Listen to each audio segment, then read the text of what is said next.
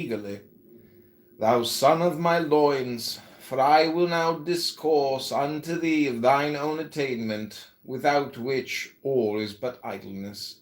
Know first that conscious thought is but phenomenal, the noise of thy machine. Now chemistry or alchemy meaneth the Egyptian science, and the true magic of Egypt hath this for its foundation. We have in our house many substances which act direct upon the blood, and many practices of virtue similar to simulate, compose, purify, analyze, direct, or concentrate the thought. Confer the book of the law, chapter 2, verse 22, but this action is subtle and of many modes, and dependeth heavily on the conditions of the experiment, whereof the first is thine own will therein. Therefore I say unto thee that this is thy work, immediate and necessary, to discover openly thy will unto thyself, and to fortify and enkindle it by all one-pointedness of thought and action, so that thou mayst direct it in words unto its core, that is thyself is thy name, had it, for thereby is thy will made white with heat, so that no dross may cling to it. But this work is the great work, and standeth alone. On the steps to the great work, de gradibus ad magnum opus. This great work is the attainment of the knowledge and conversation of thine holy guardian angel. In the eighth ether is the way thereof revealed.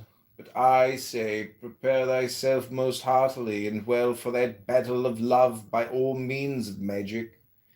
Make thyself puissant, wise, radiant in every system, and balance thyself well in thine universe. Then with a pure will tempered in the thousand furnaces of thy trials, burn up thyself within thyself. In the preparation thou shalt have learned how thou mayst still all thoughts, and reach ecstasy of trance in many modes.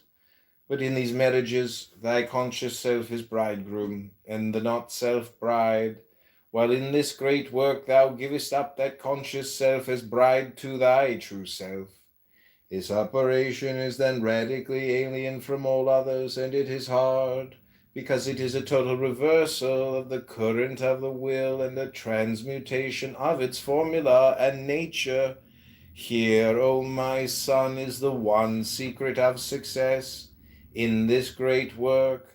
Invoke often on the formula of the moon, de formula lunae. Thus then concerning operations of the Tao with the Yang and the Yin, is there enough? For thine own art of beauty shall divine for thee, and devise new heavens. But in all these is the formula of the serpent with the head of the lion, and all this magic is wrought by the radiance and creative force thereof. And this force leapeth continually from plane to plane, and break forth from his bonds, so that constraint is labor. Now then learn that the yin hath also a formula of force, and the nature of the yin is to be still and to encircle or limit, and it is a mirror reflecting diverse images without change in its own kind. So then it seeketh never to overleap the barriers of its plane. For this reason it is well to use it in operations of a very definite and restricted type. But although it be inert, yet is it most subject to change, for its number is 81, which is of the moon, and these are Alim, Alim, the gods elemental before H, descending in the midst, made them creative. So then thou mayest use constantly this formula to rearrange things in their own planes, and this is a most pragmatic consideration. Pragmatic is spelled with a tick at the end, T-I-C-K, like magic. Pragmatic. Der Killer Sumenda, on the consuming eagle. Take in this work the eagle all undefiled and virginal for thy sacrament,